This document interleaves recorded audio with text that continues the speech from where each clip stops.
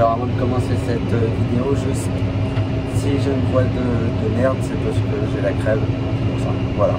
Donc bah allez, je vous souhaite une bonne vidéo et c'est parti. Salut à tous, on se retrouve cette nouvelle semaine pour une nouvelle vidéo. Donc derrière moi, on va aller passer le déchômeur et en même temps semer de la févrole pour semer avec le seigle.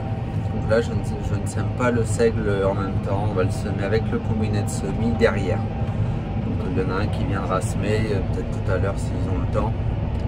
Parce qu'à côté de ça, on est en train ils sont en train de continuer à moissonner du maïs. Donc là, aujourd'hui, ils vont remplir les 2 cases de séchoir. Donc ça fait 4 bennes de 3 essieux, en gros. 4 fois 22-23 tonnes, donc autour de 80-90 tonnes, ils vont battre pour que ça sèche cette nuit et demain sûrement, et je pense que mercredi ça sera sec pour en recouper une autre tournée. Voilà, donc bah moi au départ on devait prendre le cruiser de chez Horsch là, que vous avez sûrement vu dans la dernière vidéo si vous l'avez regardé, mais ça a tellement reverdi, il y a eu pas mal de repousses que ça arrache pas assez les repousses. Donc du coup j'ai repris ce déchômeur là et j'ai remis les ailerons sur les dents pour essayer de dégommer au maximum ce qui est relevé dans le champ. Voilà. Et donc bah à l'avant toujours la févrole. Là par contre à la différence des semis de couvert, là je vais mettre 80 kg à l'hectare. Et en seigle, on va semer, l'autre jour j'avais le semoir, j'ai dû mettre 90 ou 95 kg à l'hectare. Voilà. Le but d'apporter de la févrole dans le couvert, là, enfin dans le seigle plutôt, parce que nous on recherche surtout le seigle pour la méta, de faire du volume. Là le but c'est de réduire l'apport d'engrais sur cette culture. À la base, normalement, on met entre 90 et 100 unités d'azote sur le seigle. En mettant 80 kg de févrole, on devrait pouvoir descendre à 60-70. Voilà, ça c'est l'objectif qu'on s'est fixé, de pouvoir mettre le moins d'engrais possible. Enfin, l'engrais sera mis par le biais du digestat. Donc voilà un peu l'objectif. Je vous ferai voir tout à l'heure le travail que ça fait. Je parlerai pas dehors, je vous filmerai, je reparlerai dans la cabine parce qu'il y a un vent du tonnerre.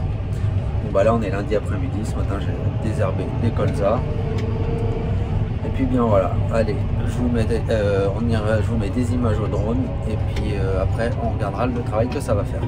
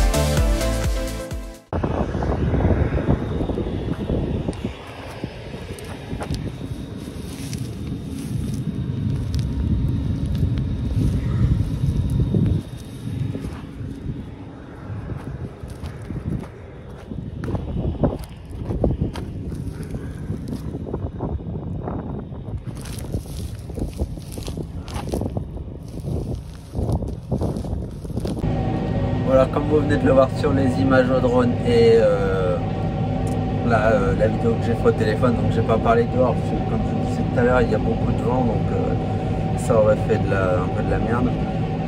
Du coup, ça a pas mal, beaucoup verdi dans le champ quand même, il y a pas mal de repousses de blé, donc là c'est vraiment le but avec les chômeurs et les ailerons, c'est d'essayer d'en arracher le plus possible.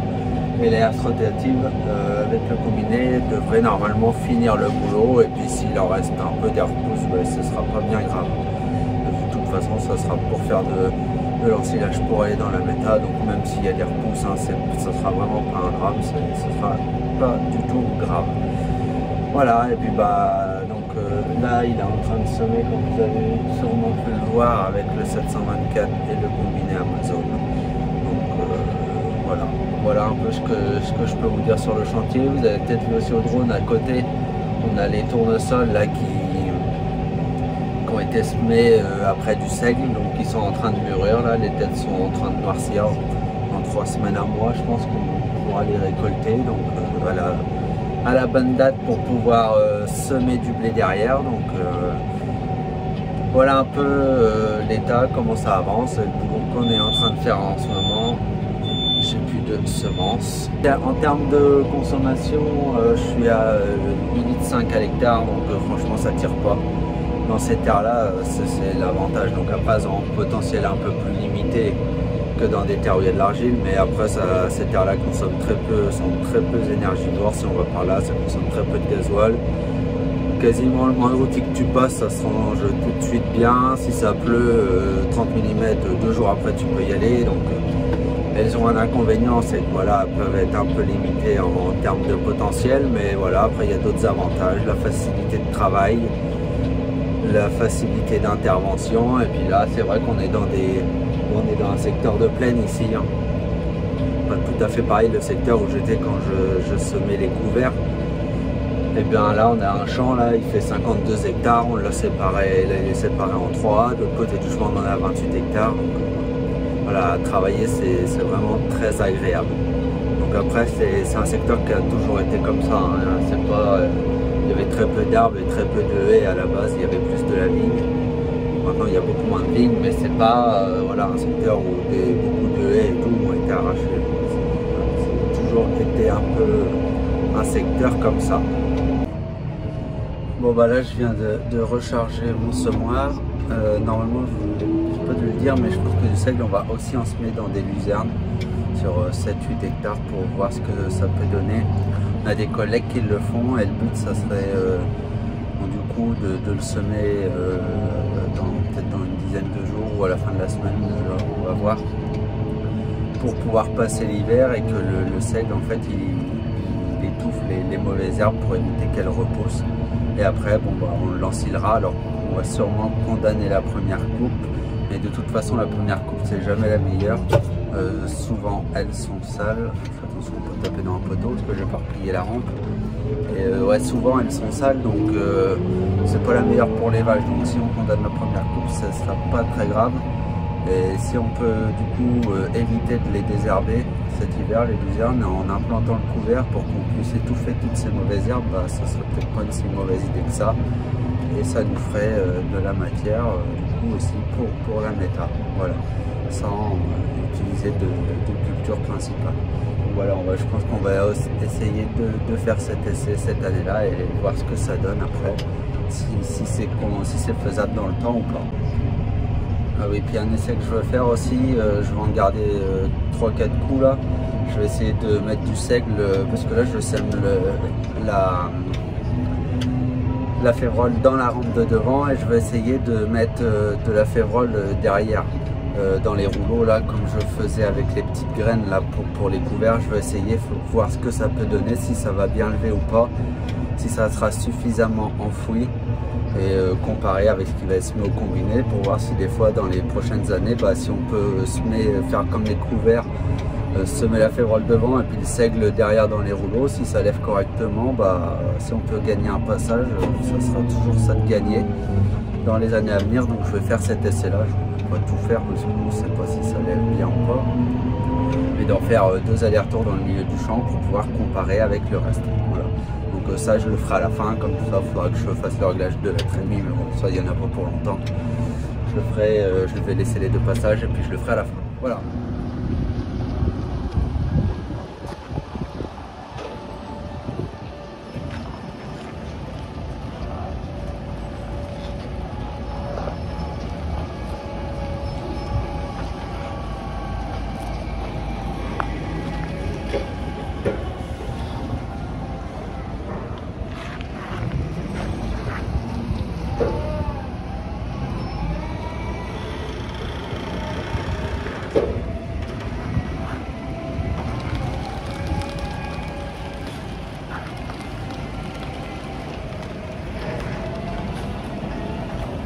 C'est bon.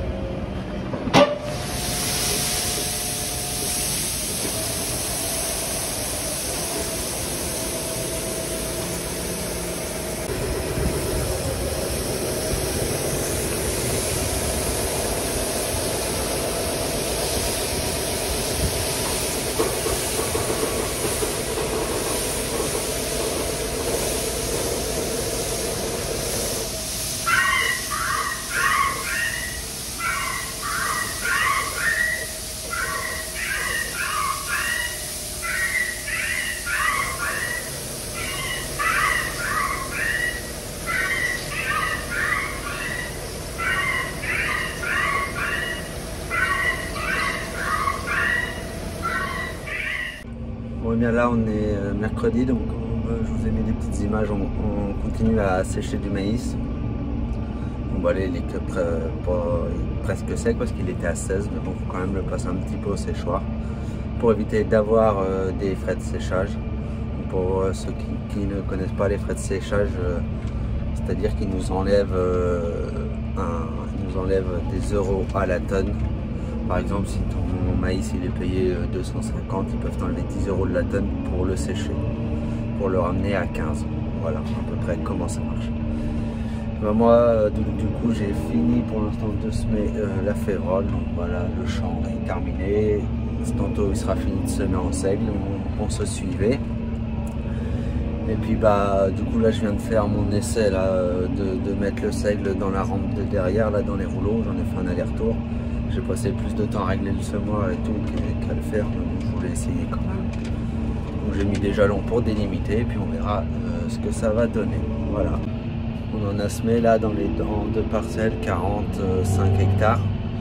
Et on en a encore donc 4 hectares à semer dans un champ à côté de la ferme. Et après on en aura dans les luzernes, on va essayer sur 7 hectares.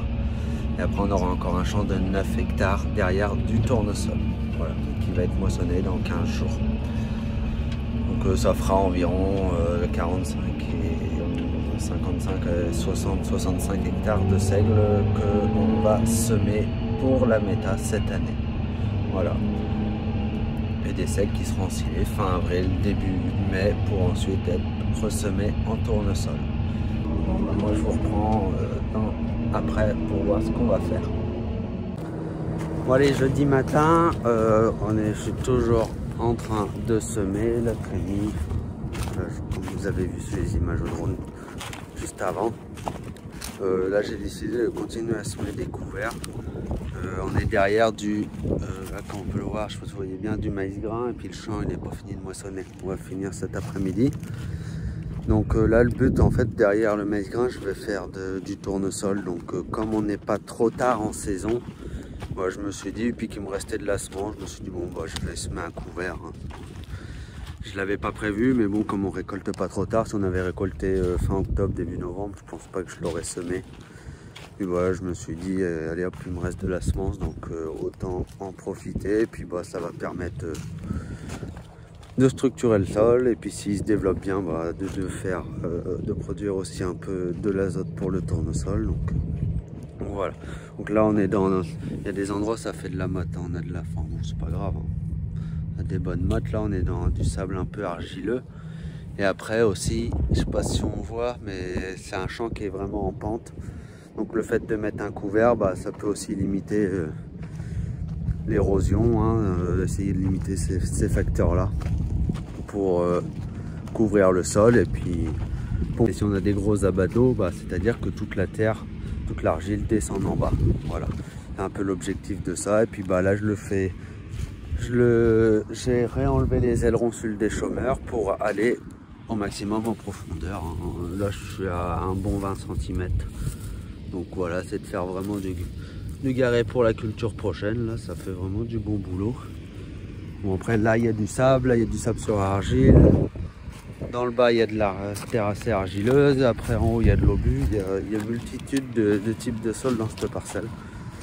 Donc bon, faut trouver les bons réglages et puis ça se fait pas mal. Donc là je sème, je vais vous faire voir donc le même mélange de petites graines que j'ai depuis le début. De la facélie, du radis, du Niger il me semble. Et par contre j'ai remplacé la févrole, parce que de la févrole j'en avais plus. Je vais vous faire voir parce que je l'ai remplacé par des pois. Voilà. Donc là j'en mets 50 kg à l'hectare. En fait il me restait 2 big bags d'il y a 2 ans. De semences de pois que j'avais gardées. Bon je me suis dit allez hop je vais mettre ça et puis on verra bien ce que ça donnera. Voilà. Bon, ben moi je vais vous laisser sur des images au drone. Là je vais pas continuer parce que ça n'a pas été broyé à côté. Donc moi je vais tantôt passer le broyeur. Ils vont moissonner sûrement à côté. Donc je vous laisse sur des images au drone du broyage et de la moisson. Puis bah, je vous reprendrai après. Voilà. Bon allez, broyeur attelé. Donc vous l'avez peut-être jamais vu. Il fait 5 mètres 40 ou 80, je sais plus. Donc on va emmener 9 francs maïs. La particularité qu'on a nous sur celui-là, c'est qu'on a ce qu'on appelle derrière un broyeur de liseré, parce que quand tu es en repliable comme ça, il y en a toujours une petite bande après qui n'est pas broyée quand tu fais de l'herbe. Et nous, comme on est à 60, on enjambe 3 rangs en voie d'1 mètre 80, et ben en fait on a un rang qui tombe pile poil au milieu du tracteur. Donc bah, ça ferait que le rang ne serait pas broyé, donc ça serait assez con quand même. Donc bah là comme ça on le met et puis ça broie bien le rang, et quand on broie de l'herbe, bah, ça laisse pas de liseré. Donc après ça par contre, peut-être le petit inconvénient, mais plus trop sur les tracteurs de maintenant, c'est que c'est un entraînement hydraulique.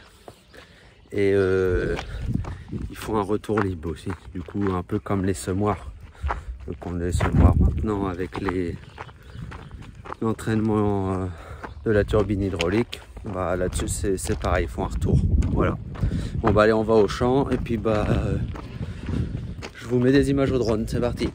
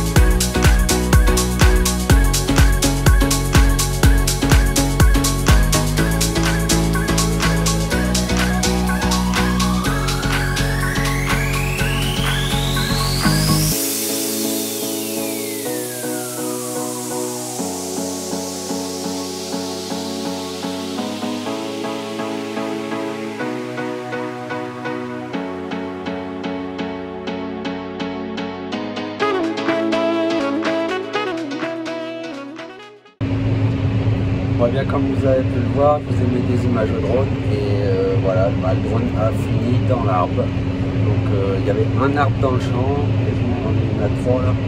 Trois dans le champ, j'ai réussi à quand même foutre le drone dans un arbre. Donc j'ai réussi à le récupérer, mais j'ai un peu peur parce qu'il était quand même assez haut, même debout sur la cabine, j'étais pas assez grand, là je suis grimpé dans l'arbre pour le récupérer, parce qu'au prix que ça vaut, j'allais pas le laisser dans l'arbre.